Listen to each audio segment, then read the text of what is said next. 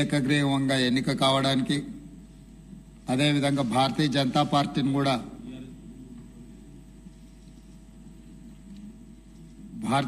పార్టీని కూడా సంప్రదించడం జరిగింది. వారు కూడా పరోక్షంగా ఈ ఎన్నిక ఏకగ్రీవం కావడానికి సహకరించారు. సభాపక్ష నాయకుడిగా మా సభ్యులకు, భారత రాష్ట్ర సమితి అధ్యక్షుడు మరియు శాసనసభ్యులకు, ఎంఐఎం అసదుద్దీన్ ఓవైసీ గారికి, అక్బరుద్దీన్ ఓవైసీ గారికి, సిపిఐ పార్టీ నాయకులకు అందరికీ, ఆ పార్టీ అధ్యక్షులకు, శాసనసభ్యులందరికీ కూడా ఈ సభాపక్షాన మనస్ఫూర్తిగా వారికి ధన్యవాదాలు తెలియజేస్తున్నాను. ఈ సభ ఒక మంచి సాంప్రదాయానికి మొదటి రోజే మనమందరము ఒక మంచి సాంప్రదాయాన్ని ముందుకు తీసుకెళ్లడానికి అందరూ సహకరించడం, ఈ సాంప్రదాయం భవిష్యత్తులో కూడా కొనసాగాలి.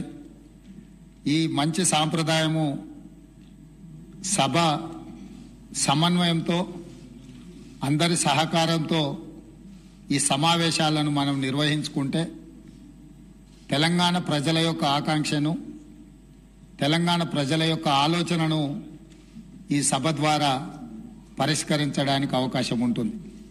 అదేవిధంగా గడ్డం ప్రసాద్ కుమార్ గారు నా సొంత జిల్లా, నేను ఎక్కడి నుంచి అయితే శాసనసభ్యుడిగా ప్రాతినిధ్యం వహిస్తున్నానో ఆ ప్రాంతం వాడు. వికారాబాద్కి చరిత్రలోనే గొప్ప పేరుంది.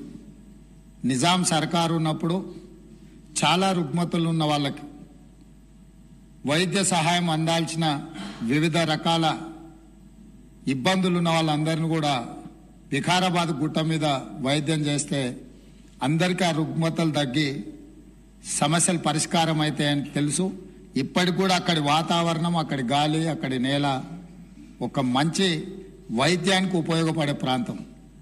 ఆ ప్రాంతం నుంచి వచ్చిన గడ్డం ప్రసాద్ కుమార్ గారు మన 3వ శాసనసభకు స్పీకర్గా ఎన్నిక కావడం ద్వారా సమాజంలో ఉన్న ఎన్నో రుగ్మతలను, సమస్యల్ని ఈ సభలో వారి నాయకత్వాన చర్చ జరిగి పరిష్కారం అవుతుందని చెప్పి నేను స్పష్టంగా భావిస్తున్నాను, ఆశిస్తున్నాను.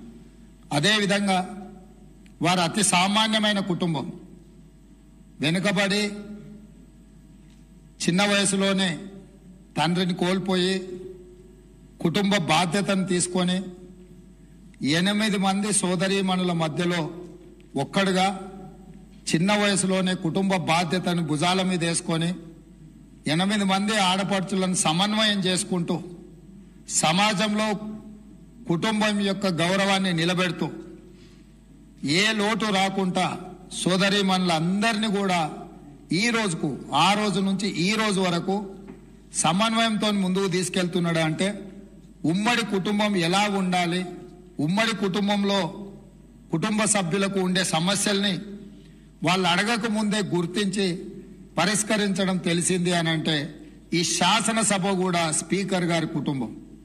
మనందరం కూడా వారి కుటుంబంలో సభ్యులం.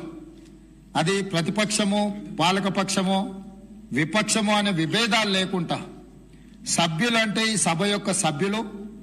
ఆ సభ్యులు లేవనెత్తే అంశాలను, వారు లేవనెత్తిన అంశాలలో ఉన్న లోతును దృష్టిలో పెట్టుకొని తప్పకుండా స్పీకర్ గారు ఆ సమస్యలకు పరిష్కారం చూపిస్తారు. ఒక కుటుంబాన్ని, ఉమ్మడి కుటుంబాన్ని నడిపించడం, సమన్వయం చేయడం, సమాజంలో ఆ కుటుంబం యొక్క గౌరవాన్ని నిలబెట్టడం తెలిసిన వ్యక్తులు ఈ సభకు సభాధ్యక్షుడు అయిందంటే మన అందరి యొక్క హక్కులను తప్పకుండా వారు కాపాడతారు. అదేవిధంగా వారు రాజకీయ ప్రస్థానం, స్థానిక సంస్థలు ఒక ఎంపీటీసీగా వారి రాజకీయ ప్రస్థానం మొదలయ్యి అక్కడి నుంచి వారు ఎంపీపీ అవ్వడం, 2008 ఉప ఎన్నికలలో శాసనసభ్యుడిగా ఎన్నికవ్వడం, 2009లో తిరిగి వారు శాసనసభ్యుడిగా ఎన్నికవ్వడం, తర్వాత వారు మంత్రిగా సేవలందించడం, హ్యాండ్లూమ్ వీవర్స్ కి వాళ్ళకున్న లోన్లు కానీ లేకపోతే వాళ్ళ సమస్యలను పరిష్కరించడంలో క్రియాశీలక పాత్ర పోషించడము, వారు మంత్రిగా ఉన్నప్పుడు వికారాబాద్ను శాటిలైట్ టౌన్ గా గుర్తించి కీర్తిశేషులు పెద్దలు జైపాల్ రెడ్డి గారు అర్బన్ డెవలప్మెంట్ మినిస్టర్ గా ఉన్నప్పుడు ఢిల్లీకి వెళ్లి వారితో మాట్లాడి వికారాబాద్ పట్టణాన్ని శాటిలైట్ టౌన్ గా గుర్తించి 2,200 కోట్ల రూపాయలు మంజూరు చేయించి అక్కడ అభివృద్ధి కార్యక్రమాలను ముందుకు తీసుకెళ్లి ఆ రోజు వారు అక్కడి ప్రజల యొక్క సేవలో వారు ముందున్నారు. అదేవిధంగా అక్కడ మెడికల్ కాలేజ్ కావాలని వారే ఆ రోజు ఆ ప్రతిపాదన తీసుకొచ్చి ఈ రోజు మెడికల్ కాలేజ్ మంజూరైంది. ఇంకా స్టాఫ్ ఇతర అంశాలు కూడా కొన్ని ఉన్నాయి. వారే అక్కడి నుంచి ఆదేశాలు ఇచ్చి తప్పకుండా ఆ సమస్యను పరిష్కరించడమే కాకుండా అప్పా జంక్షన్ నుంచి వికారాబాద్ మన్నగూడ చౌరస్తా వరకు రోడ్ వైడనింగ్ విషయంలో గాని వీట్లలో కూడా వారు ప్రత్యేకమైన చొరవ చూపించి ప్రాంతం యొక్క అభివృద్ధిని వారు ఎప్పుడూ మర్చిపోకుండా వారు ఎన్నికలలో గెలిచిన ఒకవేళ ఫలితాలు వారికి అనుకూలంగా రాకపోయినా వారెప్పుడు కూడా ప్రజలకు దూరంగా ఉండలేదు.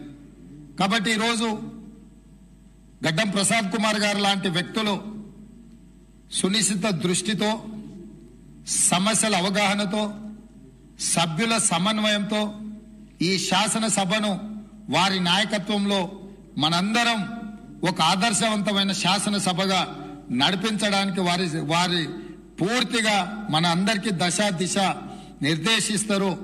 వారిని మనస్ఫూర్తిగా ఎంపీటీసీ నుంచి శాసనసభాపతిగా ఈ రోజు బాధ్యతలు నిర్వహించే వరకు వారి యొక్క రాజకీయ ఎదుగుదల కావచ్చు, ప్రజా సమస్యల పరిష్కారంలో కావచ్చు, వారి యొక్క కృషిని అభినందిస్తూ నేను ఏ ప్రాంతం నుంచి అయితే శాసనసభ్యుడిగా ఎన్నికైనానో మా ప్రాంతానికి సంబంధించిన శాసనసభ్యులే ఆ ప్రాంత నివాసే వికారాబాద్ జిల్లా ఒకప్పుడు డాక్టర్ మరి చెన్నారెడ్డి గారు ఆ ప్రాంతం నుంచి వచ్చి దేశ రాజకీయాలలోనే అత్యంత క్రియాశీలక పాత్ర పోషించారు.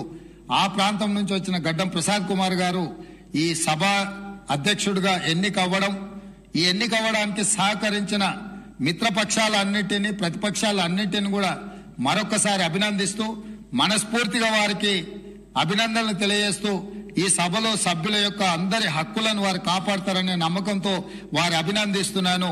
వారి నాయకత్వంలో మేమందరం కూడా రాష్ట్రానికి మేలు జరిగే విధంగా కార్యక్రమాలు తీసుకుంటామని తెలియజేస్తూ సెలవు తీసుకుంటున్నాను.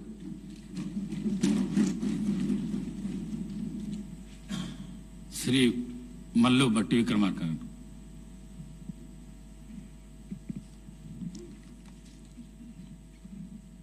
అధ్యక్ష,